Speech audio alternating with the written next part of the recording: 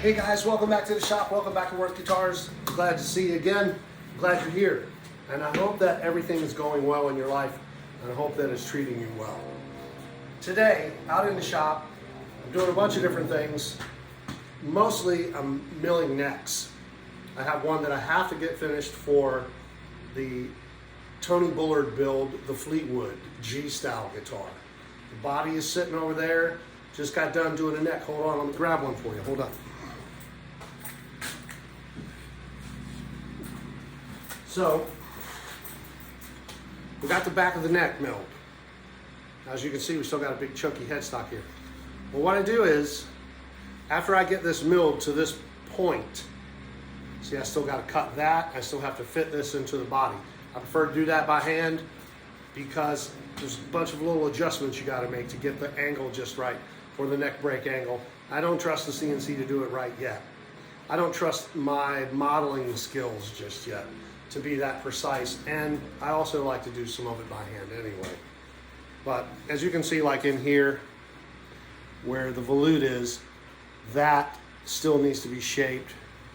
That still needs to be shaped. I used to do all this by hand, but now I let the machine cut a little bit of that for me, and then I shape in the rest. And then this part here, I was letting the machine do this angle also, but I was having trouble mounting it properly, and I couldn't really figure out a good way to get it to not flex when I flipped it, unless that block was cut perfect. And I tried a bunch of different ways, and I got it to work, but I really prefer just milling that off, and then I can come back, and then I can decide exactly how thick I want that to be right there, and cut that off on the bandsaw, using a nice bandsaw jig, and then just a block plane and block it flat again, and then glue on my head plate. I found very good success with that, and like I said, I don't mind doing some of the handwork anyway. I kind of like doing that, you know, breaking out the block plane, making some wood shavings. You know, it makes you feel good, makes you feel like a woodworker when you're doing some handwork, and that's a good thing. But it does a great job on the back of the neck right here. If you look real close, you can see some machine marks. So we got to sand out those machine marks and fit the neck, cut the headstock, that type of thing. So I did one, I'm doing another one over there. I've roughed out 3 necks, and I'm trying to get a system together. This is a rough cut here. You can see how it's rough cut out. This is called the rough cut on the CNC. And when I did this one, it worked, and so I had to do some more. And I've been working on this system, trying to get all my drawings done, and then work out a system of steps that go through the build process. And I'm finally getting to where I'm starting to get better at drawing. I had to learn a lot about drawing in 3D, which was a little tough at first, because it's a lot to learn. I knew how to do CAD drawings already, the essential basics of CAD drawings. I'm not a CAD professional by any means, because I mean, there are people that design rocket ships using AutoCAD, and I'm nowhere near that guy. But I've learned how to write these tool paths, and I get these, and this tells me the tool I'm using and how fast it's going and all of that. I had to learn all those different tool speeds and things. And these sheets here help me remember what I did and why I did it, and when I get ready to start putting it in the machine, then I understand where I'm at, because it's easy to forget your process unless you do it every single day. You know, if a month goes by before you use that particular set of tool paths again, you may forget what order you did them in. So, at least I do. I mean, other people may have a memory, they can keep it in there, but this kid does not. So, we're doing that, and we're also working on this bass again we got together a while back with the cool neck through design. It's time now to do some grain filling. And so we put the sealer coat on there, and you can see a little bit of a sheen to the board, to the wood. And now I'm using a walnut filler on there, and essentially it's just a wood filler. And what that does is I let it dry out, and then I just take it and sand out. You sand the surface off. And so all that's left is what's down inside the pores. So you just essentially you're just filling the pores. You see that? And you ask, well, why use walnut? Well, if you look at mahogany, you see down in those dark little specks everywhere. All right. So once that dries and you sand it off, you're just filling in the little holes in the dark little specks. And you can take a paper towel or something and just wipe that off. And you can see, once I wipe off the dust, the only thing it does is fill in the little pores. It doesn't really affect the color of the wood at all because it's only filling in the little pores, and when it gets wet, it darkens back up. When you put lacquer or whatever on top of it, it darkens back up again. Let me get this wet, and I'll show you. Let me move you over a little bit. I got the iPad facing this way. I use an iPad to film this because if I face it into this board where my tools are, I get a weird haze over top of it. I got to figure out how to deal with that lighting. And it's something that you don't anticipate, when you go and buy lights. You don't think, what is that going to do to the filming? So if I just take a rag, and I just dipped it in a little bit of water I had over here, and just wipe that a little, simulate, it's got a little lacquer on it. You see that basically just goes away, and it only leaves what's down in the pores. And I think that's working pretty good.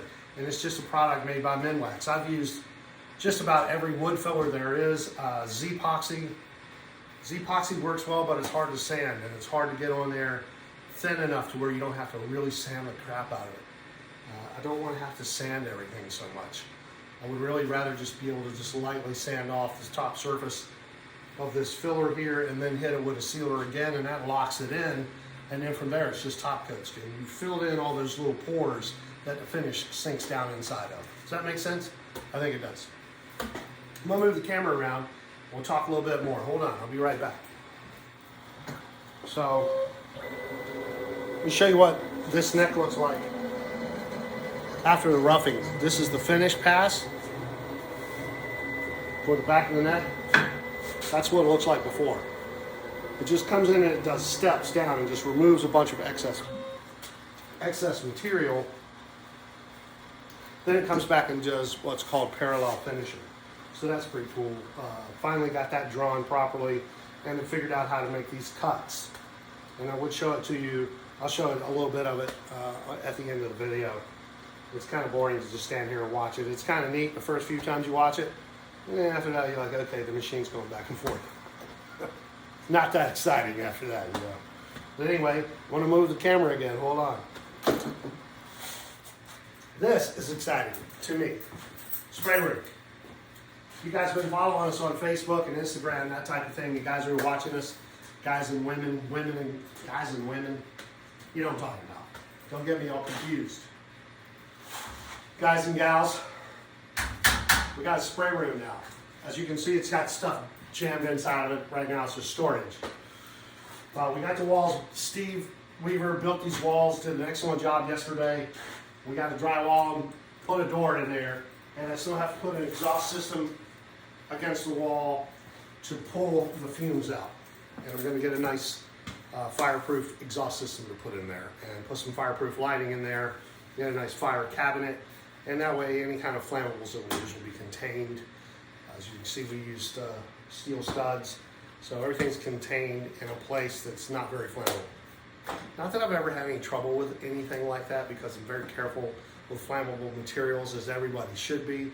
And just about everything is flammable anyway, but you need to be careful with that kind of stuff. And we'll get a much higher quality finish in the spray room because it's isolated.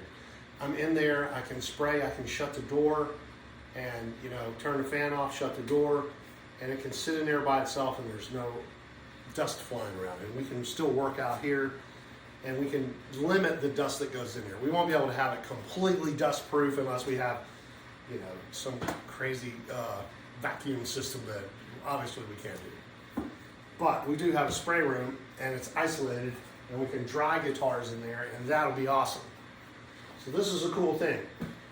And of course you saw the video, we got some wood in, we have the wood in. We have the wood in for the Swamp Ash guitars. Patrick Lilla has a Swamp Ash guitar coming up. So this is where we're at, guys. I'm gonna get over there, I'm gonna do a little more filling on that guitar, and I'm gonna let that machine run, and we'll get going on that.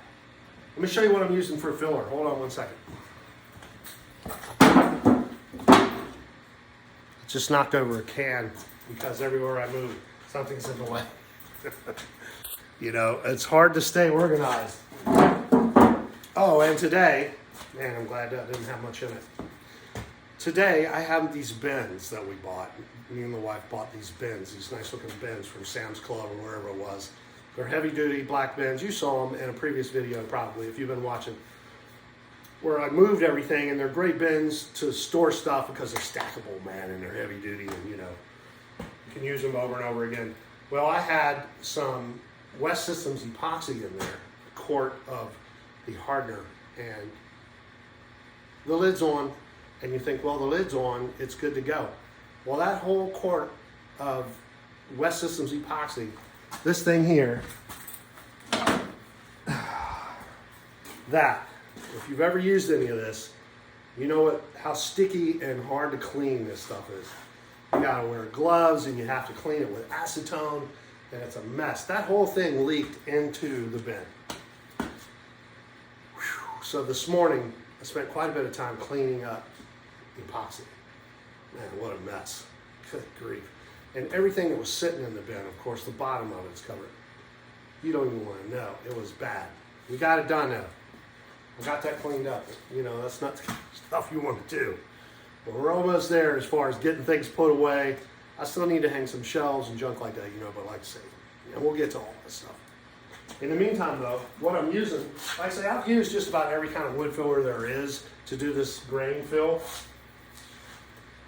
I'm using this right here. This squeezes out a little at a time out of a tube, just like that. Squeeze out a little bit, rub it in with your finger, and use a squeegee, like an old plastic credit card type of thing, and just push it down in the grain, let it dry. About 20 minutes later, you can come back, and it sands really super easy. You know, you can take some 320, man, and just, it just shears right off. That was the sound of sandpaper. And you get that first grain fill done very easily, and it's already got a little bit of color in it, so when you spray over top of it, it just darkens right up. And yeah, man, so luthier trick. Minwax. I've tried them all. I've tried, you know, all the specialty luthier fillers. Some of them work really well. Some of them are a little harder to sand. That seems to do really well and it works, man. I can get a nice flat finish. You know, not meaning flat as in gloss, but flat as in an even flat surface, right? That's the whole key, the whole key, the whole key, the whole trick. What I'm shooting for. That's right. That's what I'm trying to say. All right, so I think that's it for today, guys. We got Travis Gates Strat over here. Hold on, let me show you what we got happening over here real quick. Over here in the electronics department, we're putting one of these Seymour Duncan humbuckers in there with a push-pull pot. We started working on this yesterday. The push-pull pot was bad. And so I had to order a couple more of those. We only had one. But I ordered some more of those. I had to order some other stuff anyway, right? This cool looking guitar. I really do appreciate you guys watching the videos and commenting and the thumbs up and, you know, just supporting us. Help to support that. That's a groovy thing. If you want to, please subscribe and, you know, comment and all that cool stuff. And thank you for watching us on Facebook and Instagram and hanging out with us, all right? And I hope to see you soon out there somewhere. Oh, by the way, before I get away, somewhere out there right now, there's a group of guys and girls, gals, women, sitting in a room and they're practicing their instruments.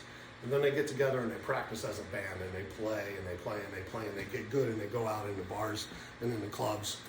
And they want you to come see them and they need you guys to see them. So get out there and support your locals in your local bars and restaurants and, you know, all your local people, man, your mechanics and salon people and all that. All right, you know, you've heard me say it over again. And please buy American when you think about it. Take a minute to buy American. It may cost you a little bit more, but you're supporting your brothers and sisters, and you're not supporting people in other countries. Let those people over there do it. I got nothing weird about people in other countries. I just think that if America supported America a little better than we do, we'd be in a little better shape. We'd have a little better pride in ourselves. Okay? That's just my thing. May not be yours. All right? Well, we'll see you out there somewhere. You guys be good to each other. All right? Worth Guitars. We'll see you soon. Bye.